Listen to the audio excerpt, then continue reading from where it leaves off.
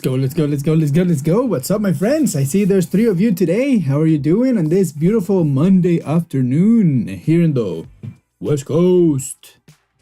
Where are you guys from? Say hi. Make sure you say hi. Spam the hearts. Drop a like. Make sure you drop a like for the algorithm. My friend Daniel Rodriguez, good to see you, my man. Brazil in the house. Brazil in the house. Let's go. Let me make sure that my audio settings are correct. You'd be like, didn't you have 10 minutes to figure that out? Yeah, right? There's always something else. Always, always, always, always. So let's see if right now if I do this. Let's see. Boom. Do I get a cheer? Let me know. Do you hear cheering? Do you hear cheering? Let's go. I hear the cheering. Loud cheering in the back. Pretty nice. Right? So how you guys doing? What are we doing? There's 4 of us. Let's go. Today I was thinking, and you're gonna have to excuse me a little bit. We went to church the other day and now we're all sick. That's what's fun. So what we're gonna do today, I have right here my computer. This guy Helix. And I was just thinking, you know, my favorite way to get to know a plugin is to actually make my own tone and see how it works and see how compatible it is with the way that I think. And I was thinking it's a good day to do this today. There were other things that I wanted to do that are actually more like work related, but I kind of want to focus a little bit more. And right now I just want to be able to like hang out and engage here in the chat, make sure that I say hi to every single one of you, make sure that I know where are you guys from. Like I know that right now we have Brazil in the house, you know, so drop a comment, you know, let's make this thing worth it. Let's have some fun. Let's find a way to go to like absolute default. Let me change this to grid just real quick. For no reason. Okay, let's see. Perfect. And we start with a very empty block. Let's start with an amp and cab. Let me get my headphones too, my friend. How you doing, Danielle? I'm doing great, my friend. I'm doing great. I'm hyped. I'm happy to see you guys here. Even all my silent friends in the chat. I love you all. And if you've been here in the past, I was having this problem with my PRS that when I did the pickup switch, it turns out that the springs were a little bit too short for what the new pickups were. And so they were like super loose and I was like borderline like going crazy. And so what I did is like I bought this like screws from all parts, humbucker screws for like $7. And I just used the the replacement springs. And honestly, the springs are really, really high quality because I also replaced the plastics on my Gibson Les Paul. What do you think? I went from blacks to like this cream. I don't know. I like it. It's like more traditional. And that's kind of like what I like. I've been realizing like first of all, this one came with speed knobs, but I didn't like the speed knobs. So of course, I change it for this. These are sort of my favorites. Maybe for this particular guitar. You know what? Let me change the view, man. I forgot that this was the actual subject that I was coming to talk to you about. I just got excited about Helix. Let me get to this screen. Let me get this screen. Yeah, let's talk about this really quick. So yeah, I change the plastics. It's like a new haircut, right? Like I'm still not 100% sure that I like it more, but you know, like I say, I just wanted it to be like sort of like consistent because I changed it to this like gold knobs, which I really like more than the speed knobs, the black speed knobs that it came with. Then I put the little like the thumb bleeders, right? In gold too, pretty nice. And then I thought I just need to change the plastics. And right now it's so different that I'm like still like in the process of like thinking if I really like it or not. But let me know in the chat. Let me know in the chat. Oh, Danielle says awesome. The Les Paul looks way better. Nice. Jordan, my friend, good to see you today, my man. Good to see you. Good to see you. Good to see you. But okay, Danielle says that he thinks that it looks better. I'm glad. Yeah, I'm like going for that like traditional look, right? Because not just because it's a studio means that I have to keep everything the way it is, right? I like the way it sounds. Uh, I think that maybe this wouldn't be my first choice for like a Gibson guitar, but I think it's a great set to have because it does give you a particular Gibson tone from like a decade or a couple decades that is like particular decades that I grew up with. That yeah, this tone is pretty nice for me. But I would love to have like a 57 classic or like a set of custom buckers. But what I keep telling myself is like, okay, don't change this, keep it as it is. This is gonna be your studio. One day you're gonna have the budget, you're gonna buy a proper Les Paul, and that's gonna come with the pickups that you want. That's what I keep telling myself. But you know, this studio, it just serves me well. I really enjoy playing this guitar. Other than the fact that my 7th fret inlay literally came out, I still play with it. I don't care. But every time I do a little slide, it comes off even worse than the fret. And sometimes when I'm doing certain chords, it like gets stuck when I'm like moving the string. But whatever. It's my Les Paul, right? Words and all. Let's see. My friend Jordan says, I never bonded with the Gibson style guitars. I'm the only boomer that doesn't. Yeah, you don't bond with Gibsons? I love it, man. There's something that I really like about them. They are like sort of like wild. And of course, this is like a very slim neck. More like normal, I want to say. I never felt like this is like a big neck compared to any of my other guitars. I want to say that maybe the closest would be, I don't even know anymore, because it is close to like a, it's like an in between, like an American Pro 2 Dip C neck and the old school made in Mexico Fender neck, their modern C. So I never felt that this is like a proper depiction of what a Gibson is. So I don't know if I would even like a 50s.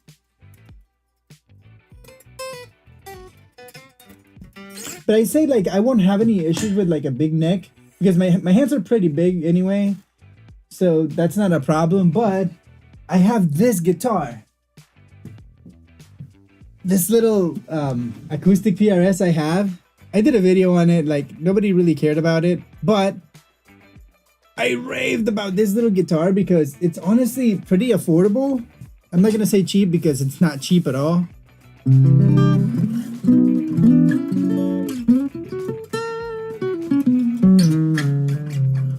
But not only sounds good, it feels amazing.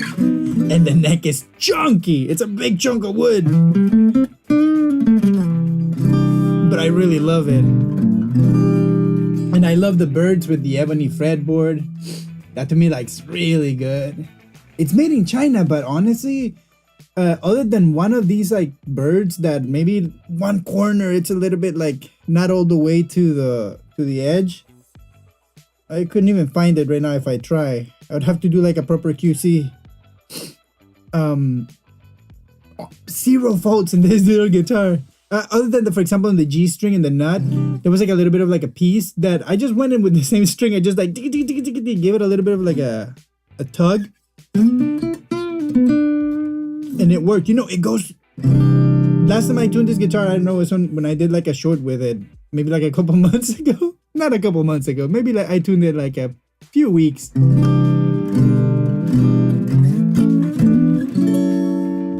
I mean, I can't believe it.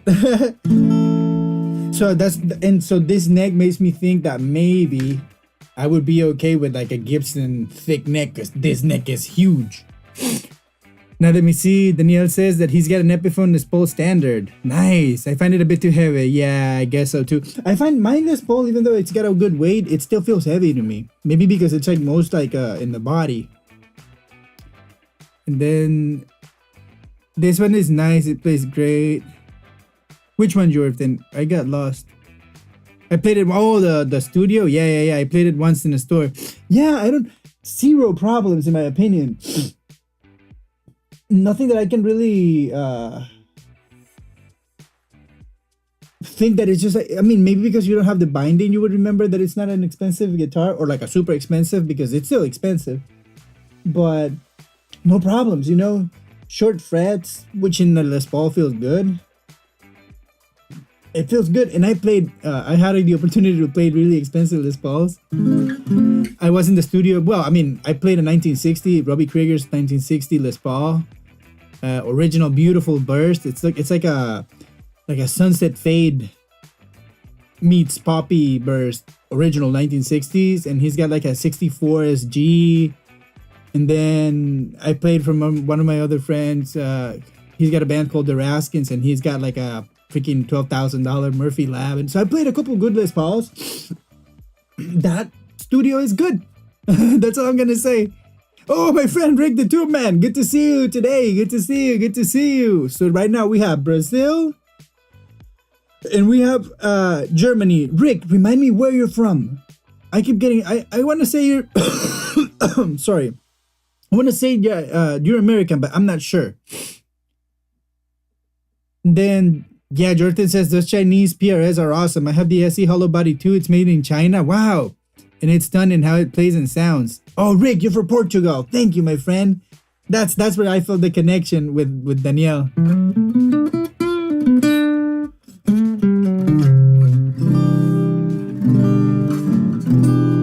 What a killer guitar. I think I paid for this maybe $400. Brand new on Amazon.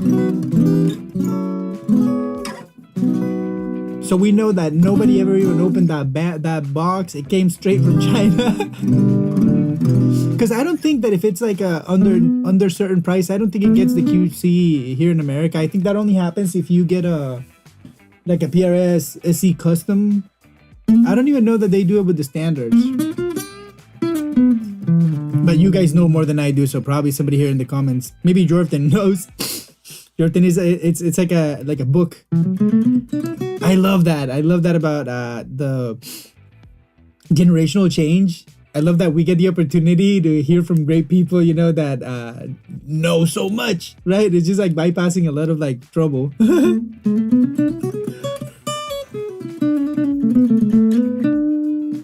I can't believe how good this guitar is. If you ever get the chance to try one of these in the shop, try it. And of course, I think you might be disappointed the first time you play it, because first of all, it's a parlor, so you know there's going to be a difference in tone, especially if you're used to like a Dreadnought or like a big, like a Grand or the Auditorium or something like that. There's a little bit of a shock there. But then the other thing is like you have to put a little bit thicker strings. I want to say maybe it came with like 10s or something like that, and I think I used 12s. I'm going to tell you right now, this is a good moment for me to remember what acoustics I use. Because I've noticed that every time I play an acoustic and I don't like it, even in the studio, we were making a record for a band called The Kooks, and we were recording acoustics, and everybody was like, yeah, I don't know, we should get another acoustic. And I was just like, let's try different strings just to make it quick, right? And I changed the strings, everybody liked it instantly. There's something about these strings, let me figure it out. I can't remember what they are. Let me tell you right now.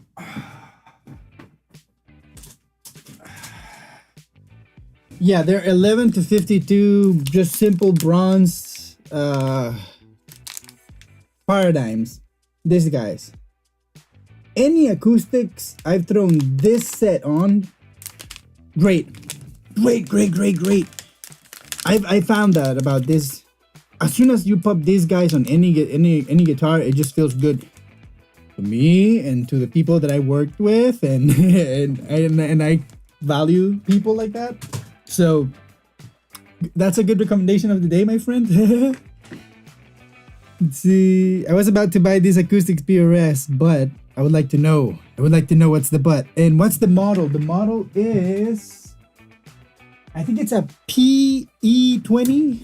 Let's see. Yeah, oh, P20. This doesn't even have the, oh yeah, it does. Well, yeah, it is a P20. It does have the, it should be P20E, I guess, because it does have the electric system in there. Has the Fishman pickup inside the hole, right? I've never used it like that, so I have no clue if it's any good or not. But as a guitar, it sounds so killer.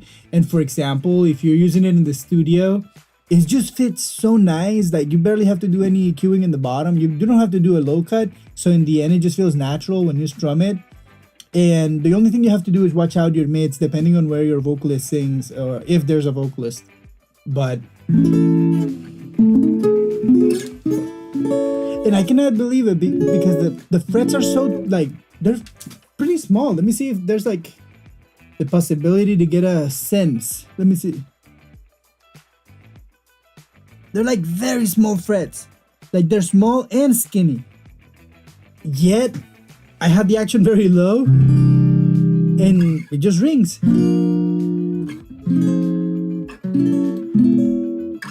This is one of my, you know, we all have like one of those like purchases that you almost feel like you did something bad, right? Like, I got that one. I got a good one for cheap. That's how I feel with this guy. I don't know why.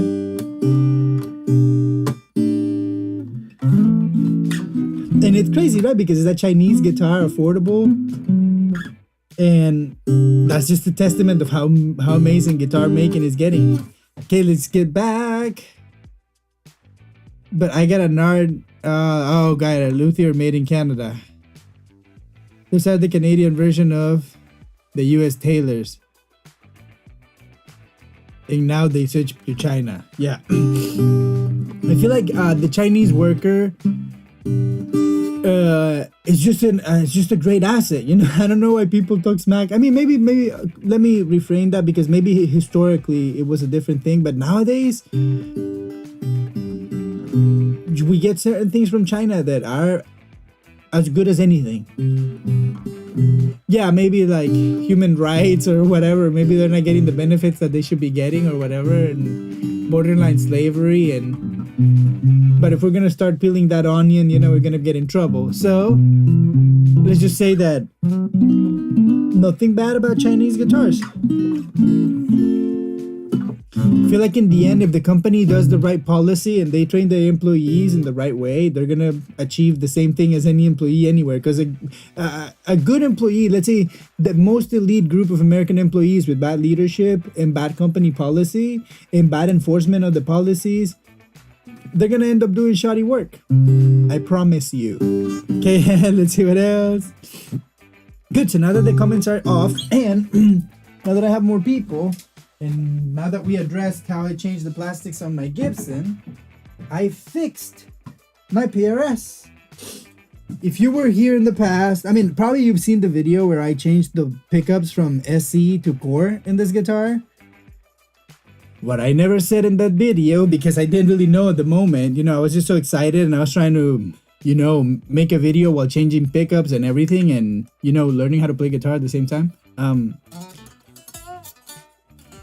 I didn't really notice that the pickups felt like very loose in the cavity. They had like this rock, and so every time I pick it up, it used to be like I pick it up and pluck, I hear the pickup rocking and falling into place, because it turns out that the little spring that it's supposed to hold the pickup with the pickup ring was a little too small, so the pickup was just literally floating. What I was hearing, it was like the rocking of the screw going in and out, and sometimes I used to think, what is that buzz?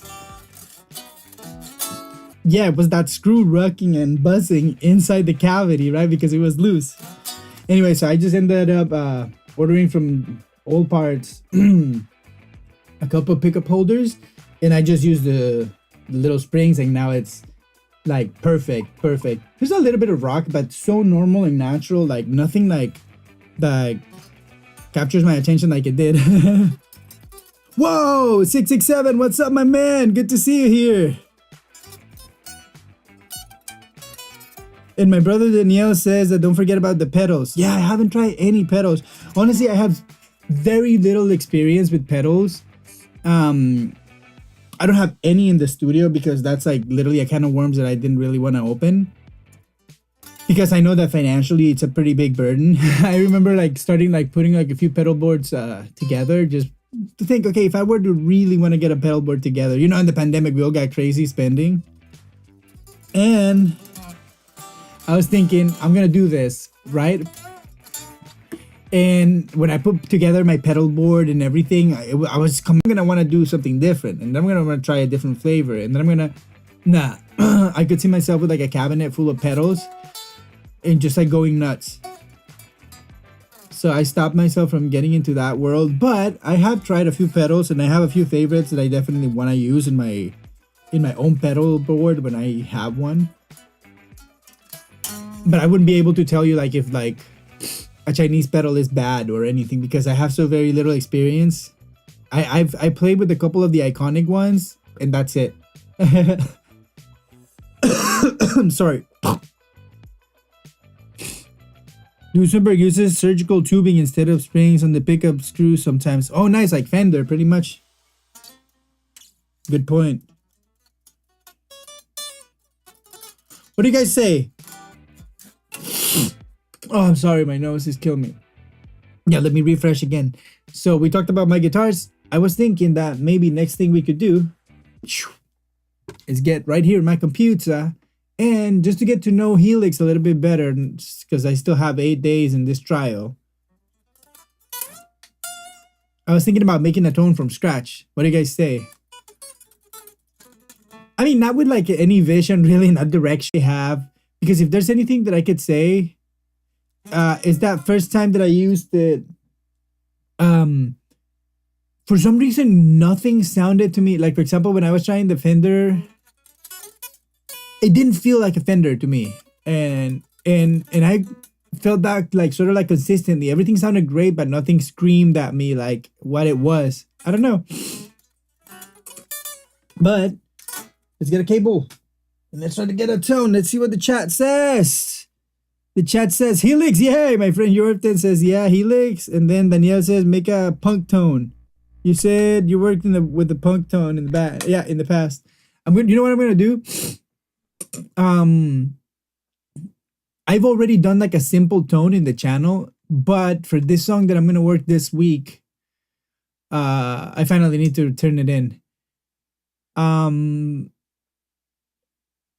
want to redo the guitar tones. I want to take a little bit more of like a complex approach because in that one, I just had a few issues with the guitar just because certain things that the recording had.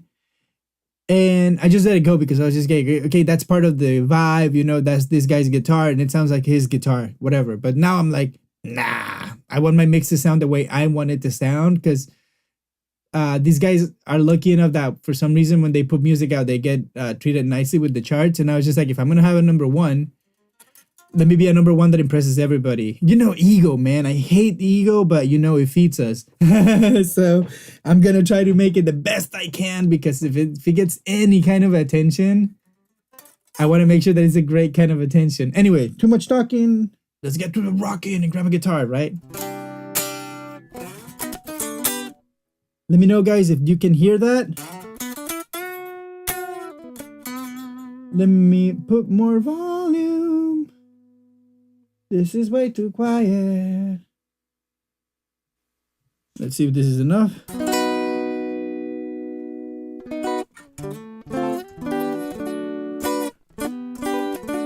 Okay. Right now we're just listening to the DI. Let's get a soup bro and see what's up.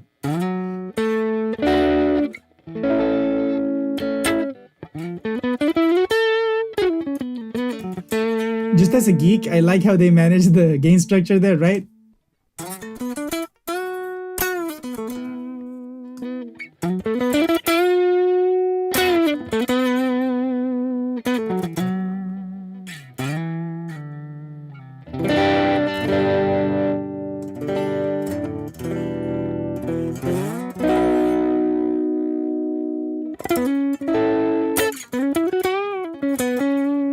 Let me turn this down a bit.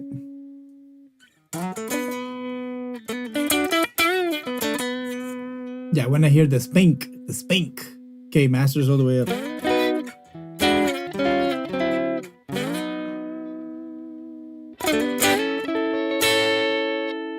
Then, okay, we have some, okay, we took the treble off.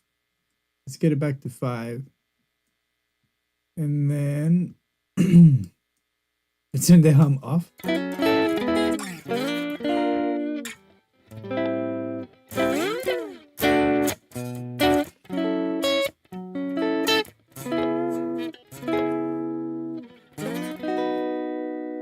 These amps like tend to break up really quick. But when you get them in the right spot, they always sound stellar, huh?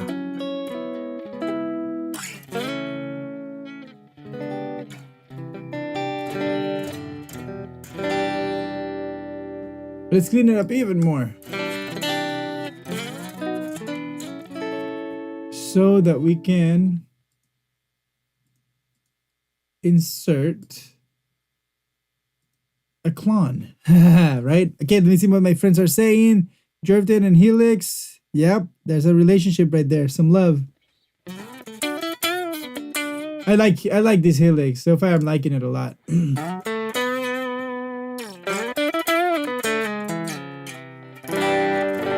The only thing I hate is this freaking interface.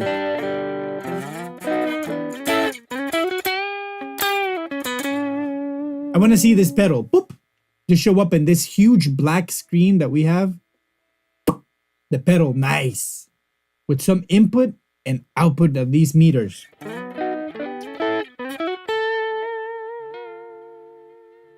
Now let's punch this guy hot and turn it down here. See what happens? This is something I noticed that it's a little bit different. Have you noticed that, Jordan? The way they're using clipping stages. Usually, like any other plugin, when I drove the gain up, the master would have gone up, and in this case it didn't. That's why I was like compensating, taking my level down.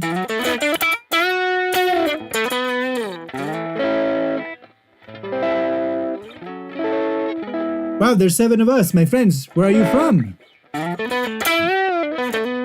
know right now we have Portugal in the house, we have Brazil in the house, we have Germany in the house, we have LA in the house. Where are you listening from, my friend? Ooh, let's hear the king of tone.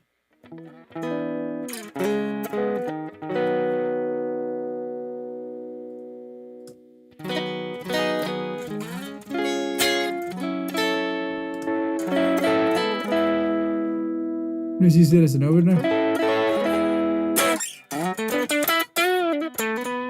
My friend Usta4070 from New York. Let's go, my friend. Thank you for saying hi. I think this is your first time in the chat, so welcome. Good to have you here, my friend. The guitar's kind of quiet. Let me turn it up. Let me turn it up. Thank you for telling me, my friend. Please, I rely on you guys to tell me when something is not right. Because I cannot really hear it. I hear like 10 seconds later, and then I have it like so low that I just want to know if it's still going. Is this better, my friend?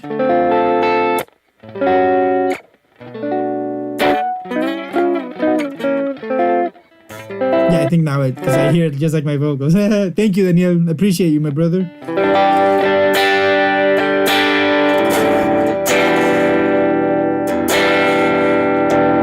Let me get a humbuckers and see what's up. Really nice sound.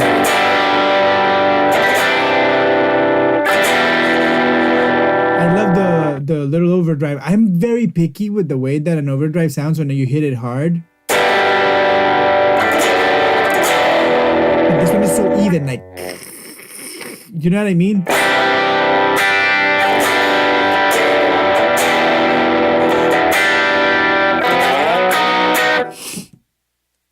How many days is this demo good for, and is it fully functional? Yeah, fully functional demo so far.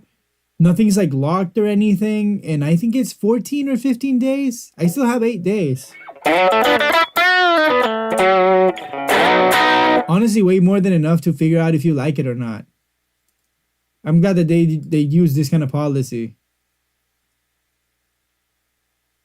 Let's see, let's just use this. Just for fun.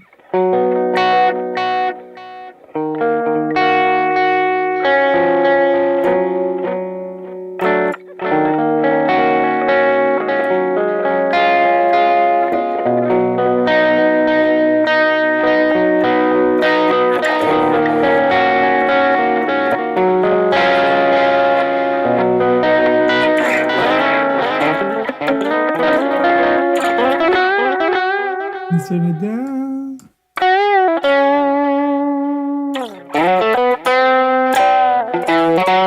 to torture guys with that like horrible playing when I'm trying to focus on the sound.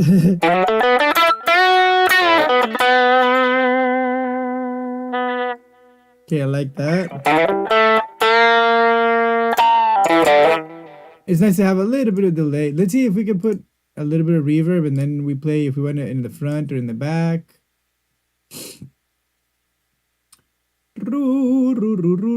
Reverbs. Let's start with this one because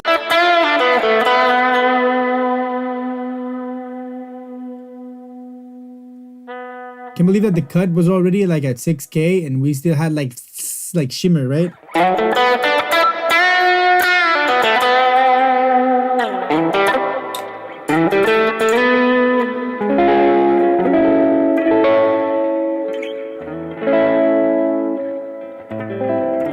I'm really enjoying that King of Tone distortion.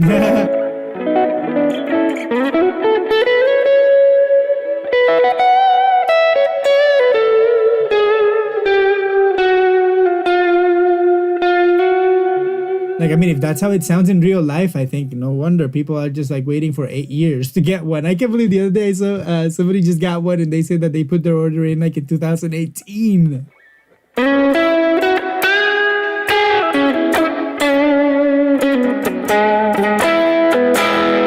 Yeah, I really like this. Searchlights. I wonder what that is. Do you guys know what that is?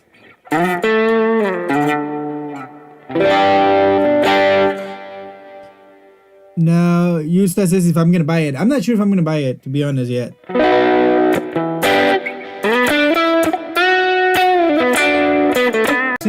Because this is like what I do, and sometimes if I'm working with an interface that I don't like, I get distracted on something else. I like something that I am like sort of like a kid, like stimulated, and it keeps me engaged. That's the reason for example, in Pro Tools, even I still am using the old user interface. I'm not going to like dark mode or anything because that mode makes me like sort of sleepy. Like I don't want to work, you know. And I feel the same way when I look at this black screen.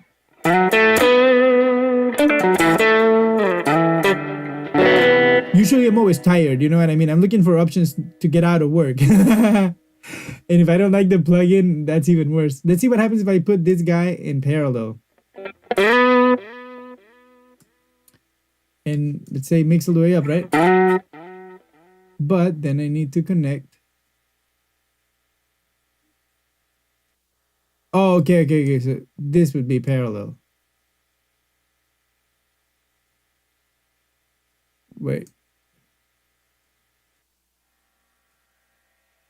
This would be parallel.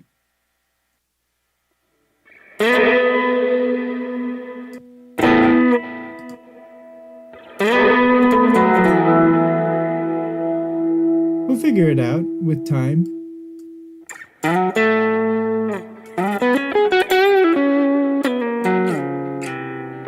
You see what my friend Jordan says? Jordan says the Helix distortions are spot on. Yeah, I mean, I'm sort of, I put that King of Tone and I'm loving it. I'm like, if that's the real one, I like that. Those pedals are very accurate emulations. That's nice to know.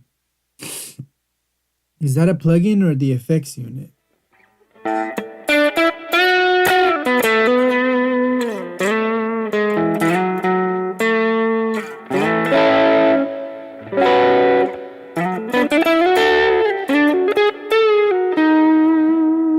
Let's see if we put like a...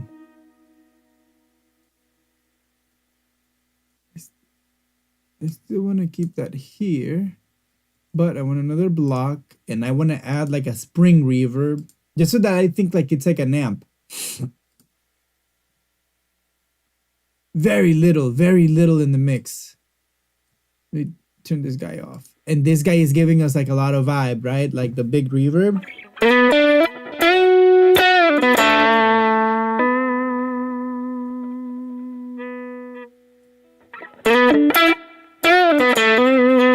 I love a reverb, a little spring. I don't know. It's just my favorite thing in guitar, a little spring reverb. And honestly, I use it in everything. My number one trick, you know, like this like modern popular trick that everybody uses that is like super wet vocals or like a little sound in the back, just like very wet with a delay. or like a reverb. My reverb is it's a spring reverb. I all the way wet. I throw like a vocal and like whoop, whatever through it, and it just always sounds cool.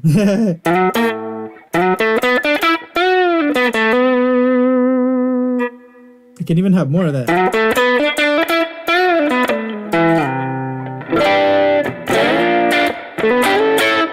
Jordan says, and my friend Usta says that reverb is killer. Yes, it is. Your reverbs and delays are in mono. You can select either stereo or mono blocks and helays. See, that's something that I really like too.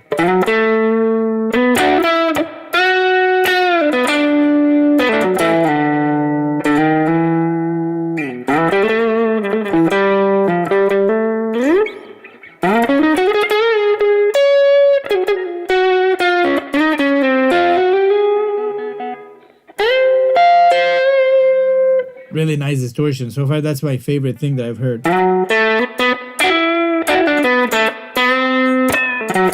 It's like so even that like the grit, right? Like imagine like I like to think about distortion in my head. It's like sandpaper, right?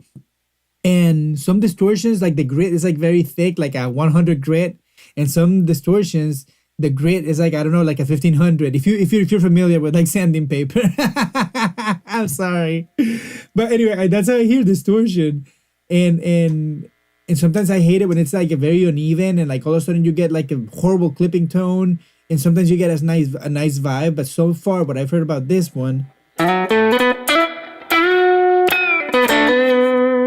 it's like the texture. Let's say if there would be a trademarkable texture of this particular distortion, no matter what I do,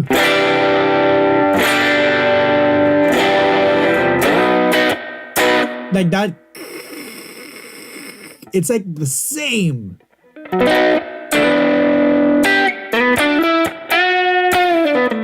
But of course, if I'm like, see, there's that tone.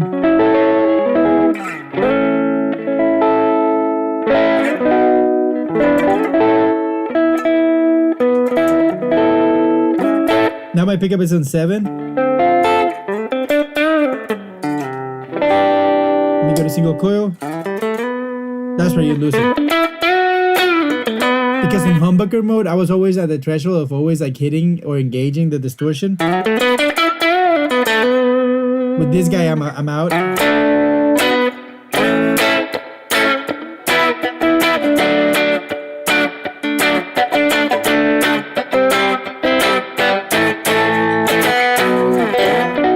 I love it.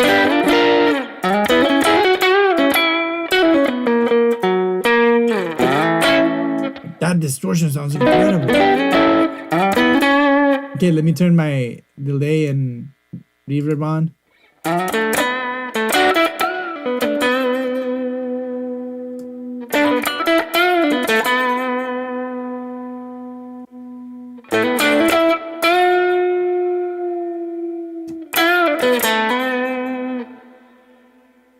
Let's delay the reverb. Is it the opposite? Let's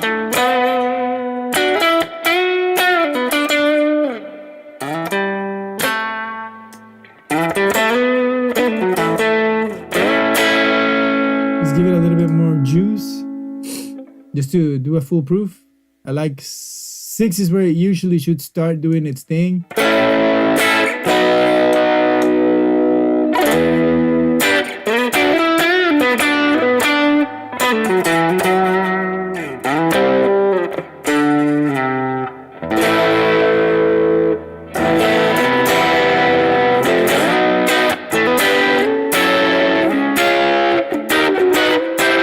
Wow.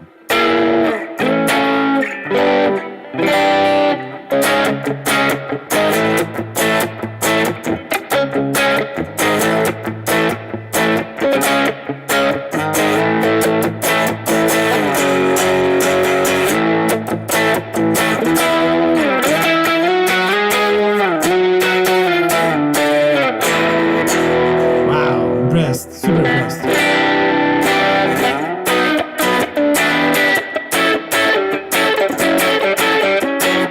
sounds incredible. What a great, great, great little pedal this King of Tone is. Let me add another block. And try a different one. Now that I have a little bit of space and that I feel a little bit more comfortable with the preset, now I can actually hear what these things are doing. And let's hear what my friends are saying here. I'm sorry, guys. Is there a memory man delay there? I think there is. Yeah, I mean, Jordan is giving you all the loadout. Yes, and it's absolutely great. Sounded like all the Helix effects. Just wish there was a standalone version. Me too. So I don't have to download it though. Even their tape emulation is on par to studio branded ones. Yeah, I want to try that. The LA2A is great, like the UAD. Go for Amplitude 5 or Neural. Get Amplitude 5 and I love it. Yes, sir, we all do. It's kind of hilarious what you get in this plugin in this bundle. But you can't, yeah, Amplitude you can't use without it at all. That's what I love about you guys, that, you know, anybody that comes in, first of all, you guys are great personality, right? Like you guys are so easy to get along with. But on top of that, all you guys are a lot of knowledge. And when you put you guys together, if anybody has a question, I don't even have to say anything. These guys have it all covered way better than I could ever.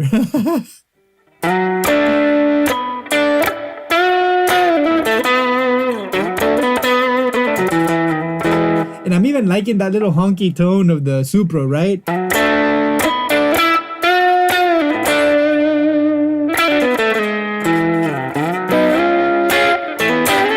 Amplitude compared to Helix feels different. I feel like the biggest difference, Amplitude feels lo-fi.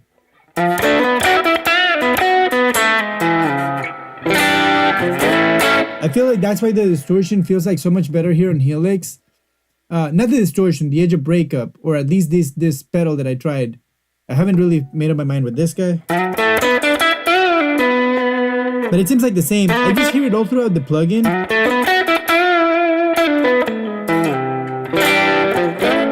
There's some sense of like high definition that it's got, like super high quality.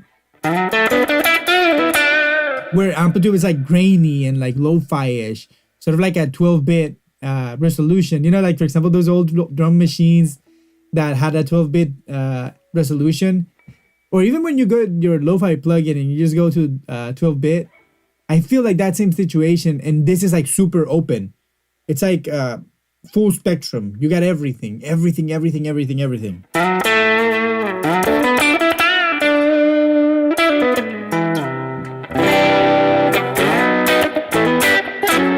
Yeah, this clone is great too.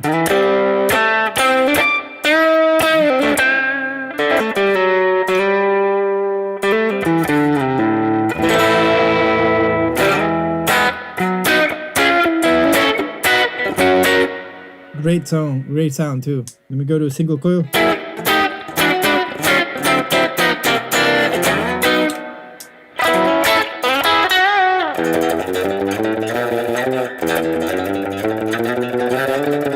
What is it?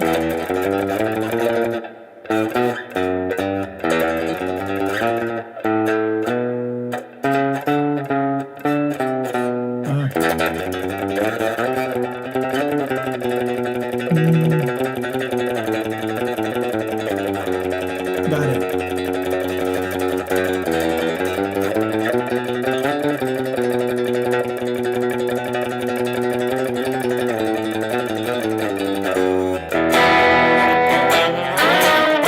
I want to say that I like the King of Tone more than I like the Klon.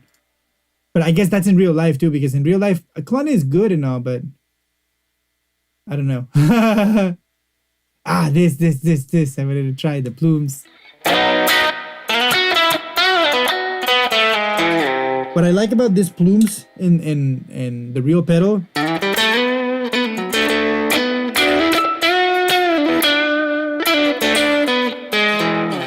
is that like high mid-range. Like I feel like a green overdrive, like a Tube Screamer, has to have a little bit of hunkiness, but it has to have it right at the sweet spot.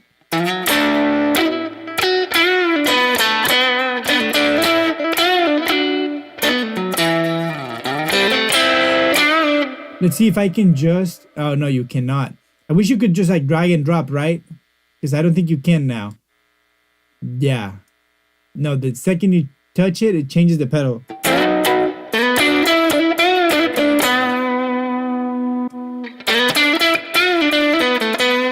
See, I feel in my mind, just like this sounded more like a tube screamer than this.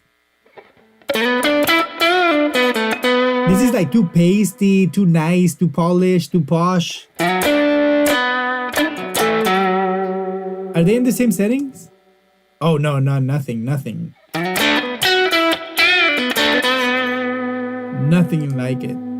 Okay, 5.2, 6.5, and 6.7. 5.2, 6.5, and wait, level, we cannot match it. Let's check the different modes.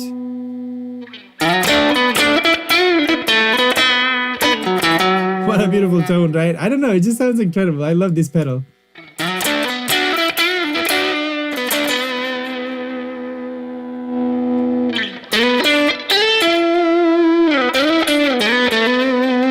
So fuzzy, right? What a great pedal.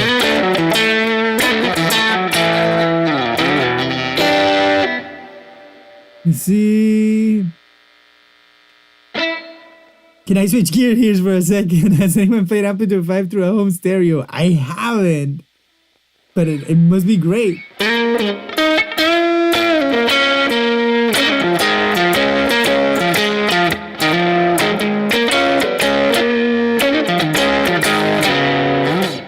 To me, Helix has also better responses, Jordan, when playing.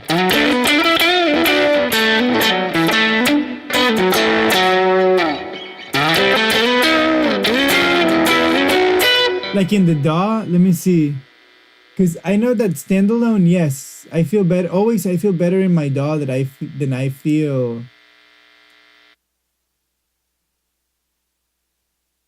in the standalone version of Amplitude. Let me see if I feel the same way with Helix.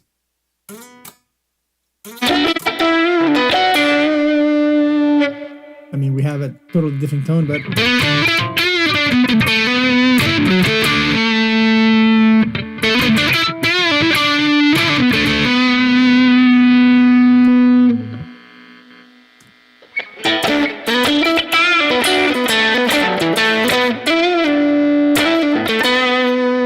Yeah, it's hard for me because... No, I don't feel any better, but because in here, in Pro Tools, I'm reigned by my HDX cards.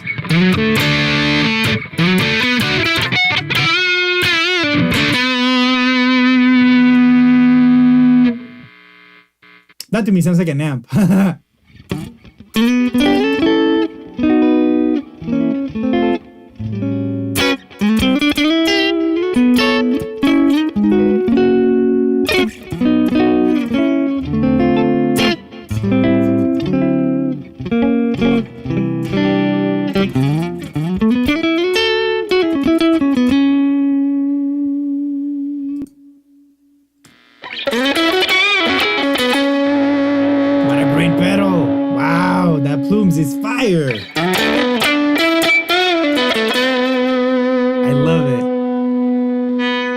Plumes is so incredible. Feels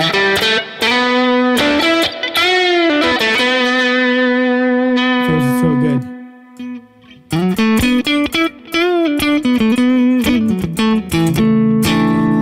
We put a little bit of distortion and amplitude. Yeah, I don't feel too much of a difference, to be fair. I remember feeling a big difference with those STL tones. Let's put a little bit of distortion. Ooh, now that we have the actual version of Tonex, let's do that. Let's do that. This is gonna be fun. Okay. Let's put this guy right here.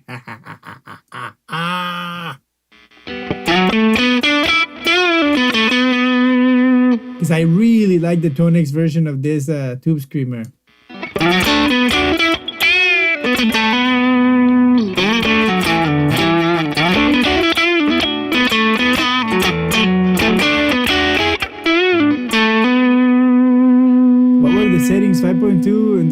6.7, right?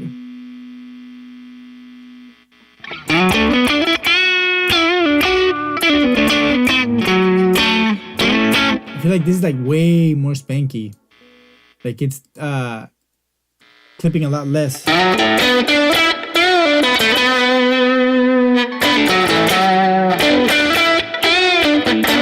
You see how big the level difference is?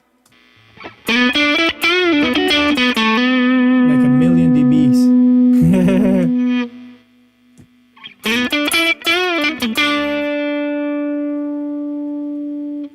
Hello, hello, hello.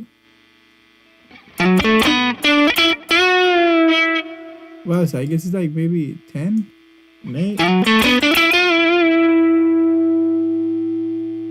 Hello.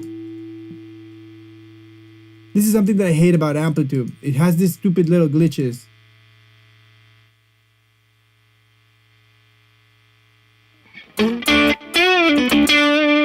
Okay, now they're both similar.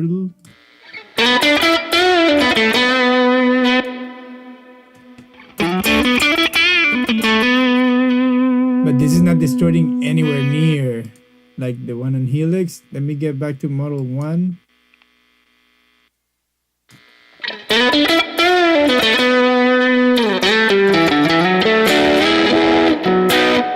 It's distorting so much in the amp section. A lot of the distortion we're hearing on Helix is not the pedal, but the actual Supro like suffering, saying, "Guys, you're killing me."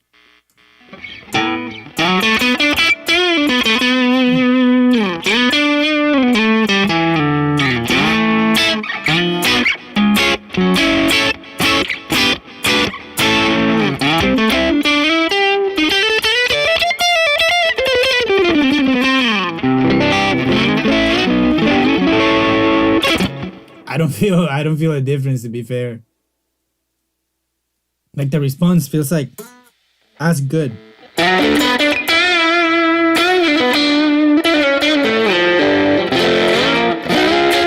I'm curious, Jordan, what kind of Pro Tools version are you running? Are you running HDX, or I'm sorry, are you running maybe you're running Cubase and I'm just jumping the gun.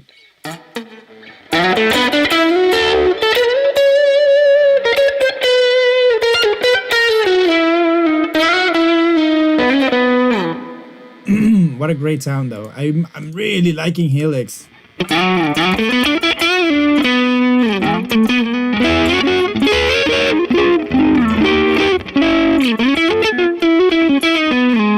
I mean, Amplitude has that little bit of extra like girth too. I mean, in this tone, you cannot compare. We're like literally apples to oranges, or like not even. We're like bacon and ice cream.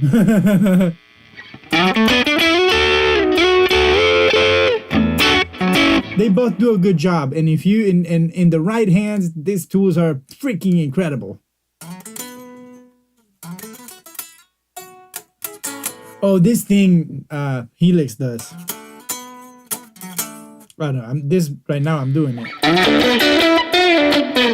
but it has done it a couple times to me that I'm playing with it, and then all of a sudden it just stops working. I wonder if it was the demo, because then you just load up the plugin again and it works perfect.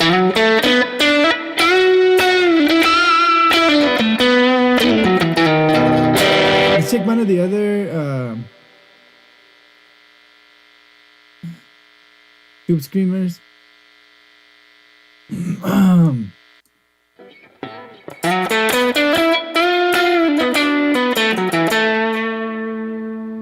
We are, let's see, 5, 2, 6, 5, 6, 7, same thing.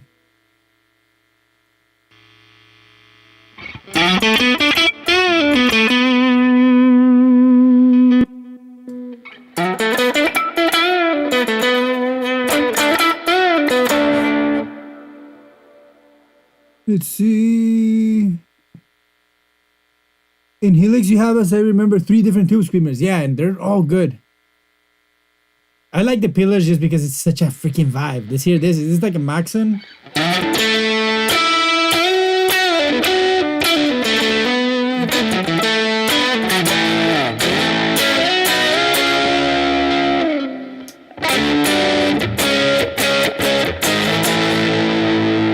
run it at like my normal settings.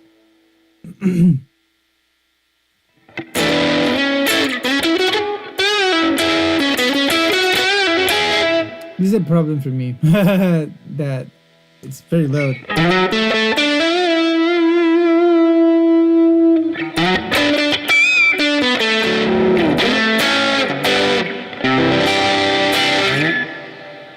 There's a lot of distortion. Let's turn it down.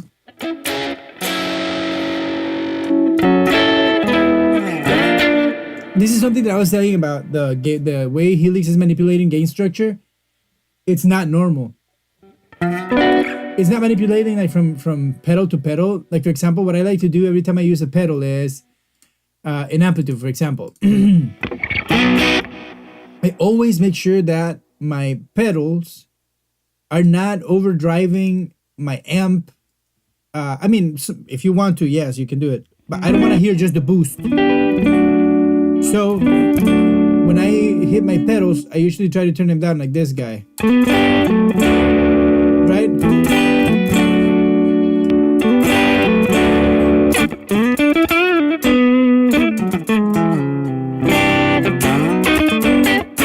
Then I can hear the pedal. And if I want to hear what the pedal does to the amp, then I push the amp with the pedal, right? So far what I've noticed in Helix, if I try to do the same, it doesn't really work because the gain structure internally of the pedal or of each component, it's like independent from the gain structure that I'm hearing going straight to the amp. Point in case being that if I hear this,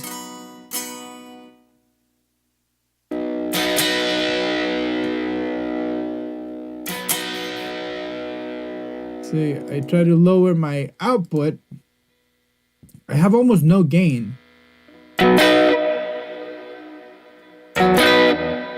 I'm still crunching. Almost like no.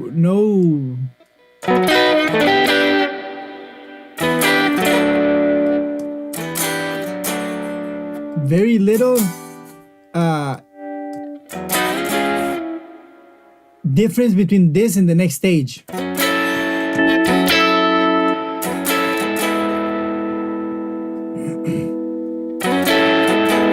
Because I'm crunching this very little, but it doesn't change the amount that it's like hitting my next stage. It feels like.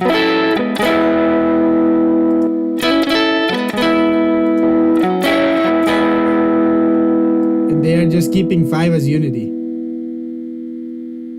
That's what I'm hearing now. Like there's no incidence between what you do here compared to what's coming out of the component. And then my friend Jordan says that he's running it native through an Apollo. Yeah, that's what I was gonna say. Yeah, because in the HDX I feel no difference, but when I'm working standalone, I feel differences between the plugins. Can you use an external reverb on both plugins? Blah blah blah. Oh, so that we can hear like, well, right now it doesn't make this comparison make 0 sense, my friend 667, because I literally have a Mesa Boogie and a Supro. There's like no way that it's gonna sound good.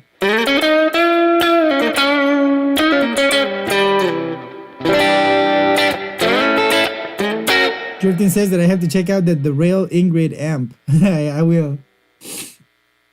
And then my friend 67 says, what kind of latency are you getting with Pro Tools HDX? With the tunable interface, I get 1.1 milliseconds round trip.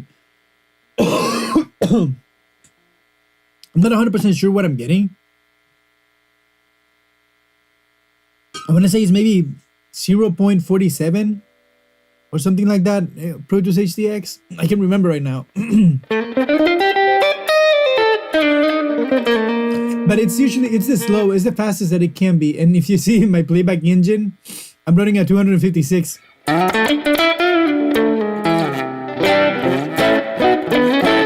With 0 latency.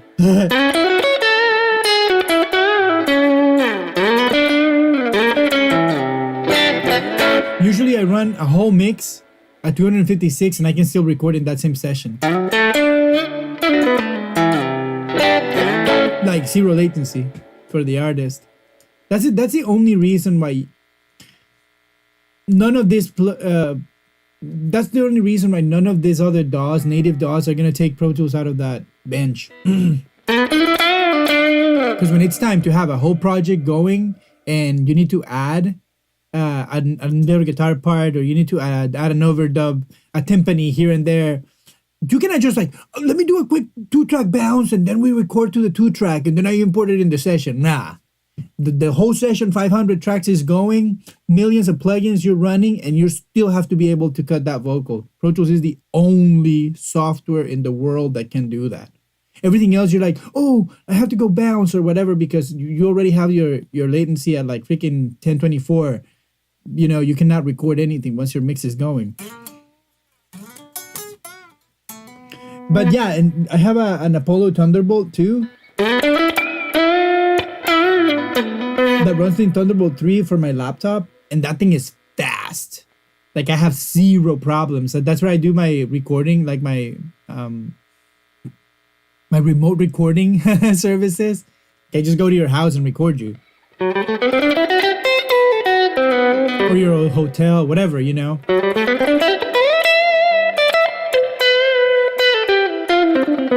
And it's super fast.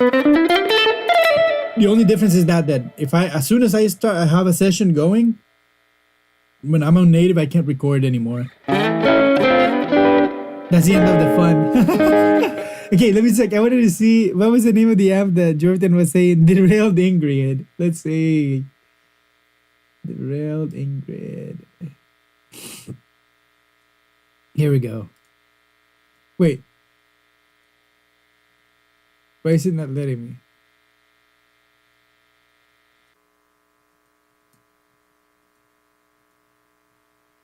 Let's do it again. Oh, I wonder if it's not an amp in a cab. It's just maybe a head. That's cool. Yeah, that's what it is, maybe. So, let's do an amp. Not even. It's a preamp.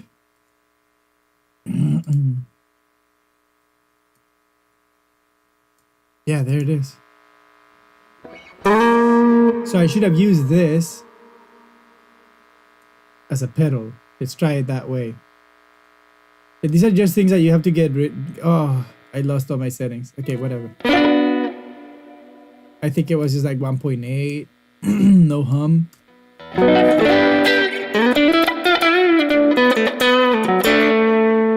And I think I had a little bit of presence, maybe. I don't know.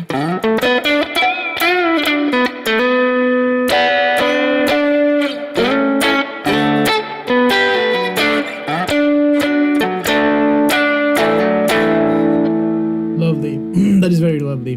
What am I using here? Tube Screamer, very nice.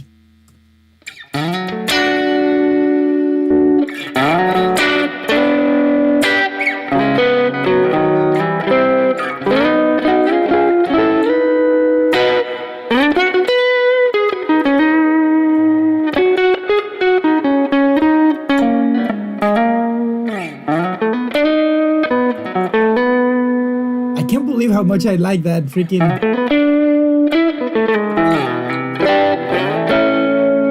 that honky King of Tone is incredible. Where is it? Let me see what's up here.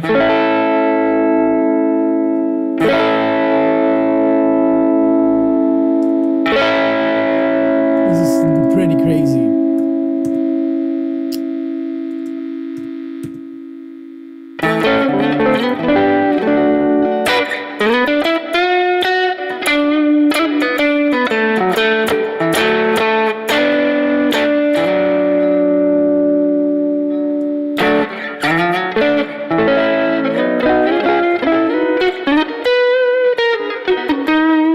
This is like tone stacking. Mid-range stacking is what I mean.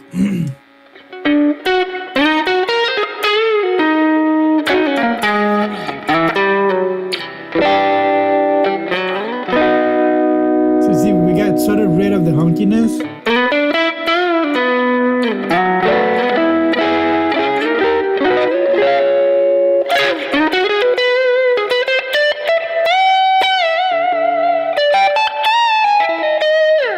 love it. I love it. It's just so sweet. We were gonna try in amps.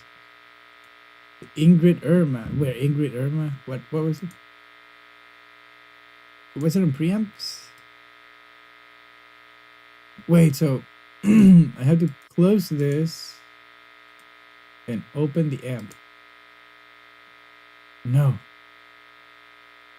Doesn't work. So yeah, it is an amp replacement.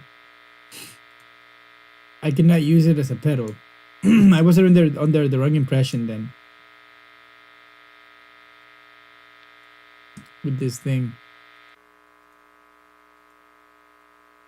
Beep beep beep beep boop bop boo. And now I need a cab. What kind of cab would you recommend, Jordan?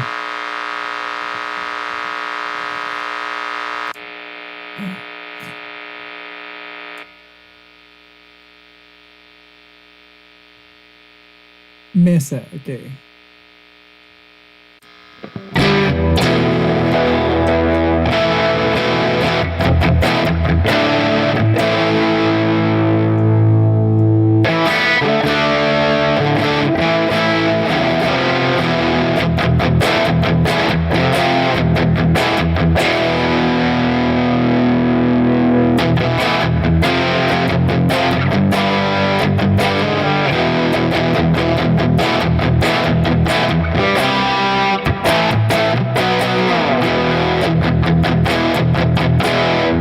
Very heavy, very heavy.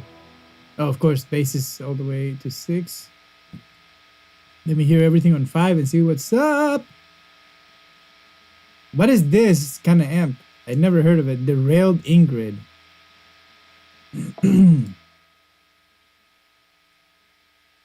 Uh-oh. I want to hear everything on 5. The bias, let's leave it at whatever they have it. Even gain on 5.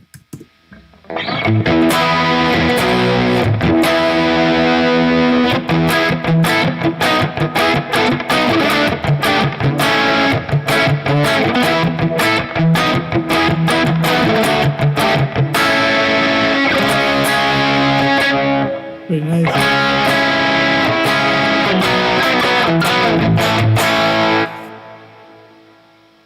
It breaks up pretty fast. Okay, yeah. Gain by 2 or 1.4. Yeah, great.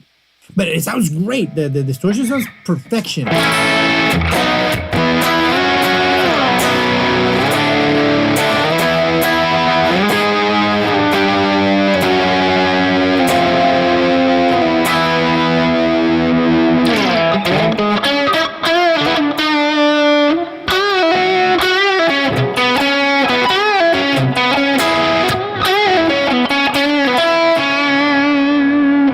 Let me get my main volume down again and put my master all the way up so I can hear the full headroom of the amp. Turn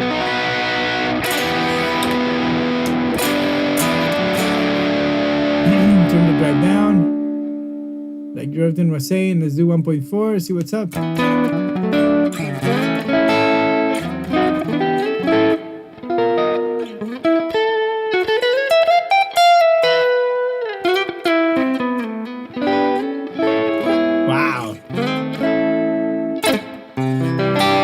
How angry it got, and right now that we tamed it,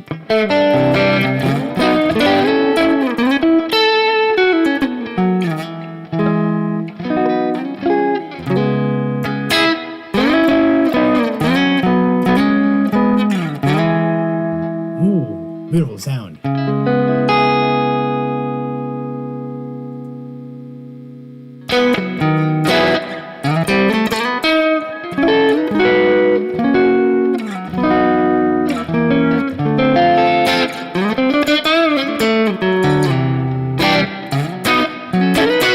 I like it when it's like a super high gain amp like this. I mean, not super high gain, but I would say this is a high gain amp.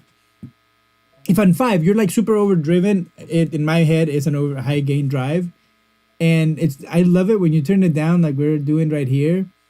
It's cool because the difference, like when I play like a big headroom amp and you hit it hard, the distortion that you're getting is not as extreme, but in this one, I'm getting super clean, right?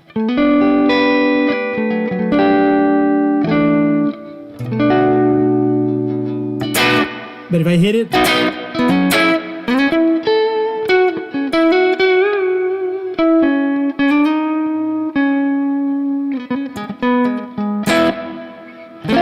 it's like from 0 to hero. Now let me see the bright. Is this a? I assume this is a switch, right? Or is it a potentiometer? It's a switch. Ooh, and there's 2 different brightnesses.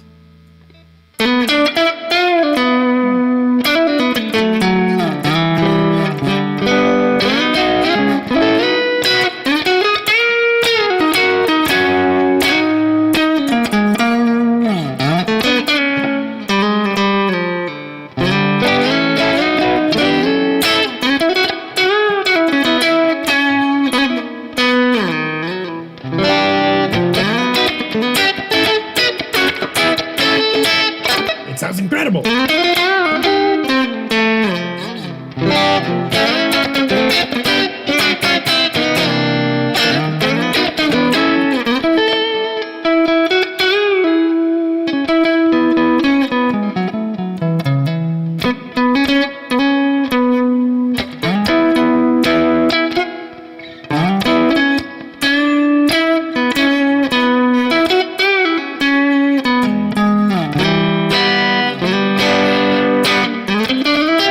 Let's see what happens if we put the beautiful King of Tone over here.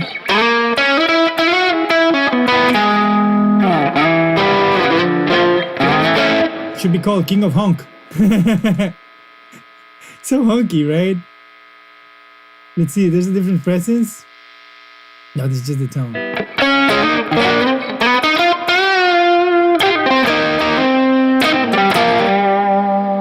What is this higher?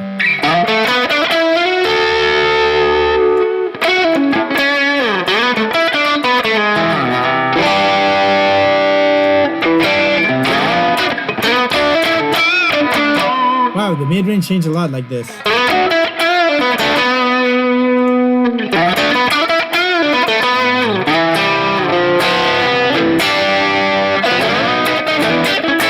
A little bit less honk right there, huh?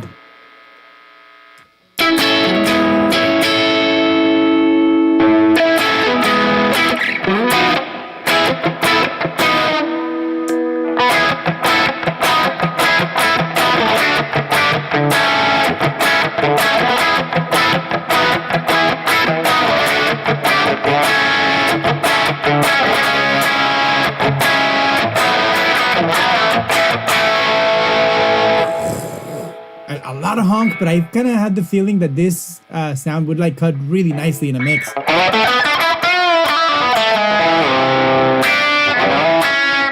Let me read one more thing. Even lower sounds great. It's got great mids. Yeah, a lot of mids.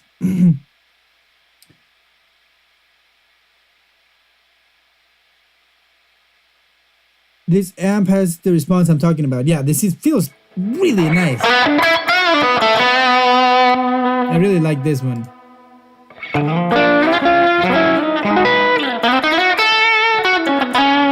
Then my friend 667 says, Jorge seems to get into it. When looking away, I could have sworn you're in your amplitude tone zone. Tones release and the hand and the fingers. Yeah, that's right. Hear the difference how this amp takes the pedal way more better than the Supro. Yes, of course, of course. The Supro, it's like a lo-fi amp, definitely. But it was sounding good too. It was sounding really, really good. Okay, let me get back to 5 here. And I like this bright switch. Let me turn the hum off just for fun. Let me give it a little bit more sag or less sag. I just want to feel like it distorts a little bit less, like more knee, right?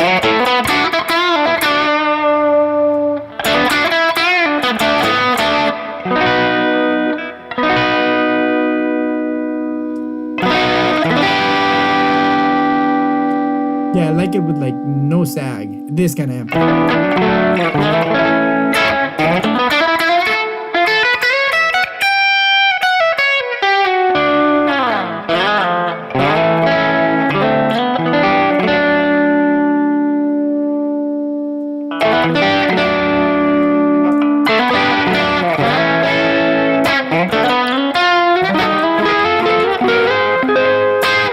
you don't want to take the mids off of this amp. The response is like very different.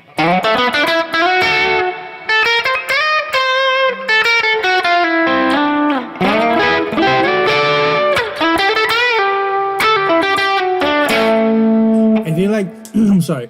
I feel like some amps have like a series situation with their EQs that when you move one of the EQs, everything changes. I can't believe how honky this sounds.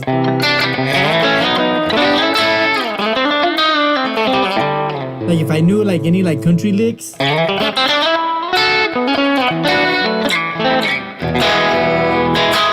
what I would be playing.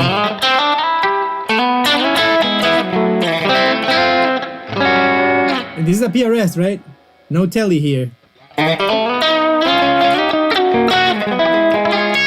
And if I get like closer to the bridge,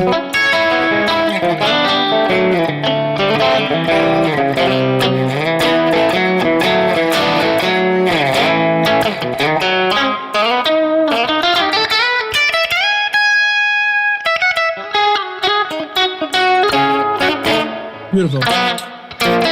Let's see what else we say. I gotta freaking jet out. I can't believe it's almost 5. Wow, I have to get out. Hear the difference how this amp takes the pedal much better. Yeah, we heard that. Check out the Litigator amp. Let's check it out really quick. Let's find it. The Litigator.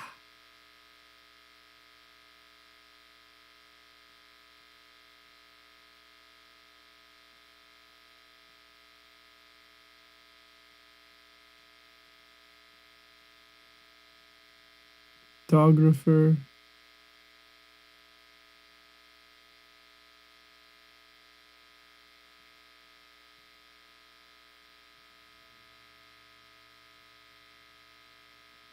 Where are you? Oh, there it is. It's like a bar 2 seat.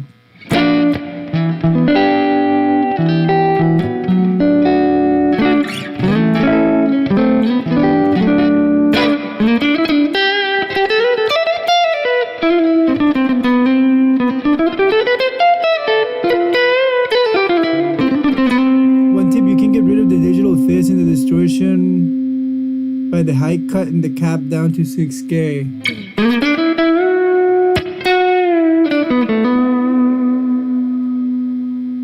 Let's do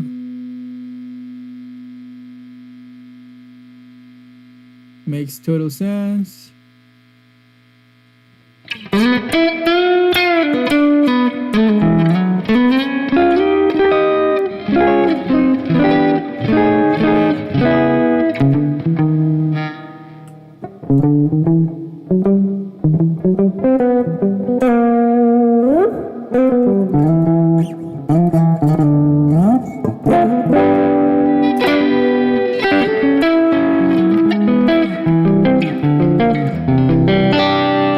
Let's see what other mics they have. Let's try a 67.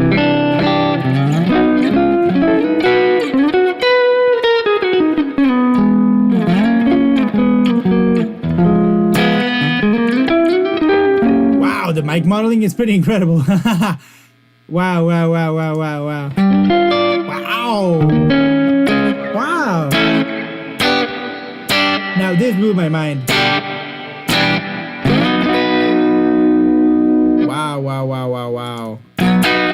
Wow.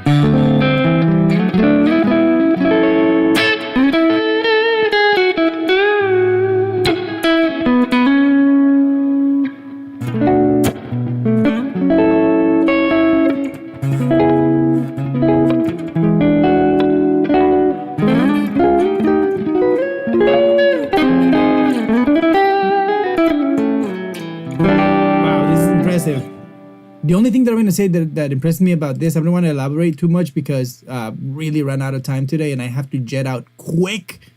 But this 47 condenser fed, I remember the first thing that I heard when I heard this litigator amp, the first thing that I noticed is like, wow, it almost hurts myself to play hard. And I don't know if you noticed, I started playing really soft because it has like this like really punchy bottom end and what's incredible is that as soon as I changed the amp, I changed the microphone, I totally lost that. And when I paid attention to what microphone it was a Fit 47. And usually that microphone, when we use it in the studio, it takes a lot of air. So let's say where most microphones would like crap out with the air, for example, of like a cabinet loud will do, this doesn't. It just translates that sound into punch. And that's the punch it had. So as soon as I heard the 67 and the punch went away, I was just like, wow, it did feel like a 47 Fet. Oh my gosh, and I didn't even notice that. So that totally blew my mind. But I don't want to talk too much about that because that's very interesting. And now I get you in the Helix cam, says Yorton. It's funny, man. You know, the simple thing. That's how you can get to learn how a person thinks, because you see, like, I'm just reacting whatever I hear, and I tell you what I hear as best as I can. And I can't believe how they got me with the microphone. That's how I know that it's a great capture, and that it's like at least, I don't know if it sounds exactly like a 47, but the characteristic of what a 47 would have done, it did it exactly like what it tripped me. That's all I'm going to say. It tripped me 100%. I was like, I can't believe it. I just heard this. It just happened. Pretty impressive. Pretty impressive. But my friends, I appreciate you for being here. Please go down and make sure you like. Wow, there's 9 likes. Guys, I appreciate you so much. I thank you for being here again today and hanging out. I'm going to try to do it again one of these days during the week, just to have fun. I'm going to be working in a couple of songs, so I don't know if I'm going to be able, but I'm going to try. And if I do, I hope to see you again. I usually will do it like around from 2 to 4 Pacific Standard Time. I want to try to do it maybe Wednesday, just to hang out, just to have a little bit of fun before I try to get my video for Friday. I'm sorry I didn't get this video early enough yesterday, but we have a video today. I hope you guys saw it and hope you guys liked it. I'm giving up to my philosophy of tone video. It's really hard to make. I don't want to be, because it's like a very pretentious kind of video to make. When you're talking about philosophy, it's like, who am I to be talking about philosophy? You know what I mean? But I hope that when I do it, somebody gets a little bit of help from it. So whatever, I'm getting out of hand. My friends, I appreciate you. Thank you so much for being here once again. And until next time, thank you. Drop a W in the chat. Say hi to everybody. Take care of everybody else. Be nice to everybody in the streets. See you, my friends.